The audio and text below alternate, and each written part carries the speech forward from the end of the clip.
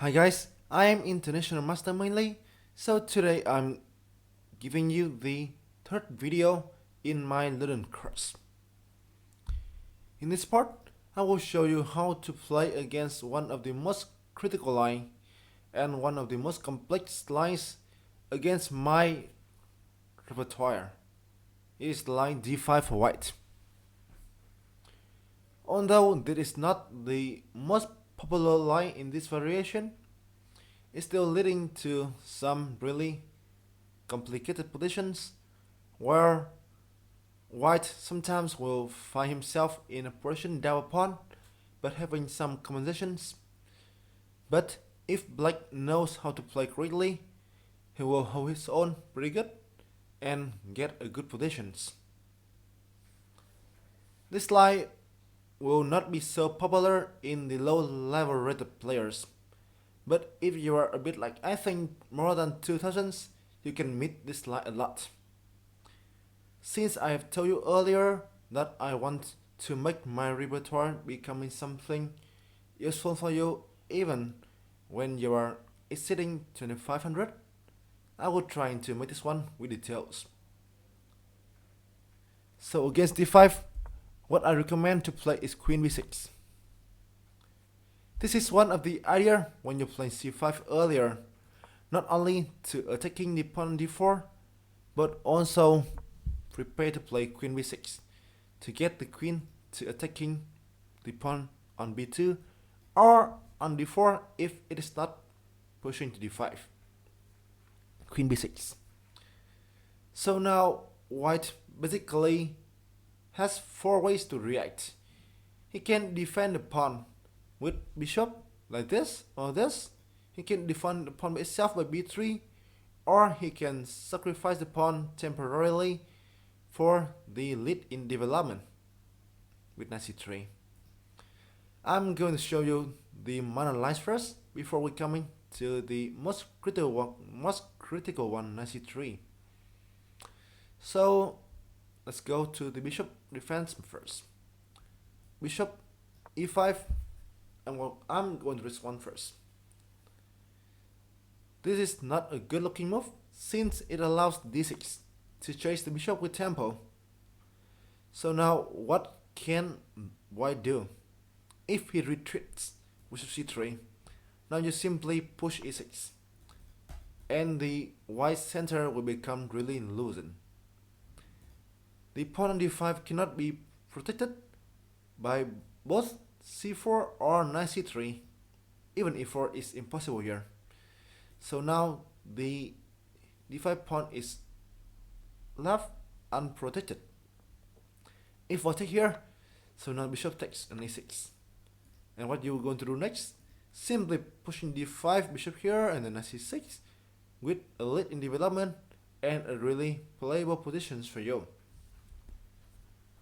So if you take an f6, what I recommend to do here is take with the e pawn. You can obviously take with the g pawn here, but I think you guys doesn't want your king to be slightly exposed, right? So let's play ef6, queen c1 to protect this pawn b2 and f5. Not only grabbing the center, the e4 squares, but also span a way for your knight to come here, for instance. Your bishop can even come here as well. Some of your next moves will be bishop e7, castles, getting the knight up here or here, and the bishop f6, probably like this. And then getting the open, semi-open file with the rook with a good positions.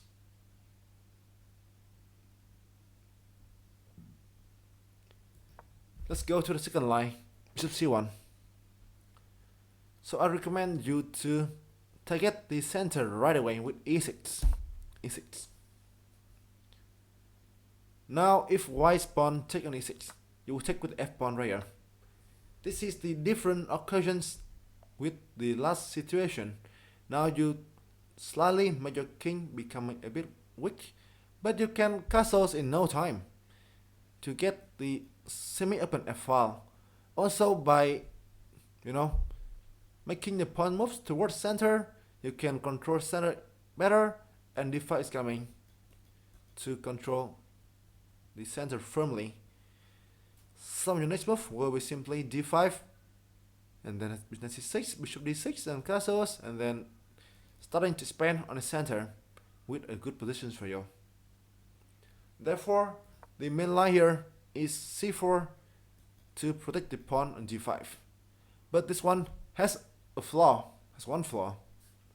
Is that it allows black to win a pawn with queen b4. If knight d2, why simply forget about the protection of the pawn d5, right? So now you can take the pawn and you win a pawn in this position. Knight c3 is the critical line, but then you take in c4, e4 with tempo to get the queen. Now queen d4 is not a good move. Since in d4 you can attract the knight f3 move with tempo, so now the best way to do is queen b4. Now you win a pawn, so let's try and play solidly and safely to get a queen home and to develop. Now we're still attacking the e4 pawn since we have a pin, right? So a3 is the only logical options for white. Queen to a5. Still keep the pin, right? So bishop d2 to block the pin, and we play d6. Although the pin still exists, but there is no discover attack from this knight that can be dangerous. The queen simply get home in some next moves. He try and develop the pieces, and then castling. He can also take the pawn d5 with safe positions, although slightly passive. But you have a pawn, right? And you need some moves to consolidate. And once you finish your consolidation, you will have really playable positions. The third line I'm going to, before I'm going to the main line, is b3. b3 to defend the pawn itself. Now we're checking in b4. This one again. Now attacking both the king and the bishop on f4, right? So if queen d2, it seems to defend both the king and the bishop here. But now since the queen is pinned, we can take in d5 and we win 3 pawns. That's good news for sure. Bishop d2 is the main line here. Now we play queen d4. You know, this kind of thing surely can win as a pawn, since it is attacking both a1 rook and the d5 pawn. But white is leading in development, so you need to be slightly careful and know what you're going to do here. Knight c3, the best move. Attacking, defending the d5 pawn and blocking this diagonal. Knight d5. Be ready a bit, be ready. Knight f3 simply allows knight c3 with tempo. That's why white need to play knight b5 first. Knight b5. Now you need to choose a very, should be the only squares for the queen. Queen e4. Stay in the middle of center. Queen e5 is not good, since it's allowed knight f3 with another tempo for white. So queen e4 is the best move right here. If your opponent tried to chase away your knight here with c4, you should play a6 to chase his knight as well with a good positions. So f3 is the only move that makes sense. One should trying to exploit the fact that he's slightly better in development. f3, queen e5. Now we come to e5. e4, getting more spaces in the center. Now play a6. This knight is really dangerous. He can jump to c7 at no time, so we need to defend against that. a6. If knight e3, if you play knight to a3, you simply kill knight to f6. Or you can even play b5 right now, since there's no way white can take this pawn on this knight on d5. And now the knight will become slightly misplay here, and black simply developing in his moves with recent positions. c4 is the main line by my engine, but now you will simply take b5, c5, and b4. Some of your next move will be e6 and d6 again. Obviously you need to care about this queen e5, but if you're careful enough, you will get really playable positions for black. So let's come to the main line, knight c3.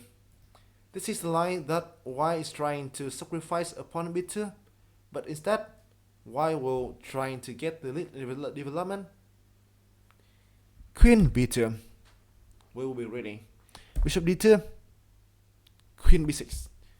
Now the queen simply managed to finish her duty. So now it hastily run back to its home sweet home. e4, d6 to defend against these e5 ideas. If now white is playing knight f3, you simply playing g6, g7 and castling royal. The queen can go back to d8 and no problem whatsoever. f4 is the only challenging stuff here for white, and it is the most critical line. Black has a lot of options right here, but the moves that I'm going to show you and the move I'm going to recommend is queen d8. Queen d8. Why I am recommending queen d8?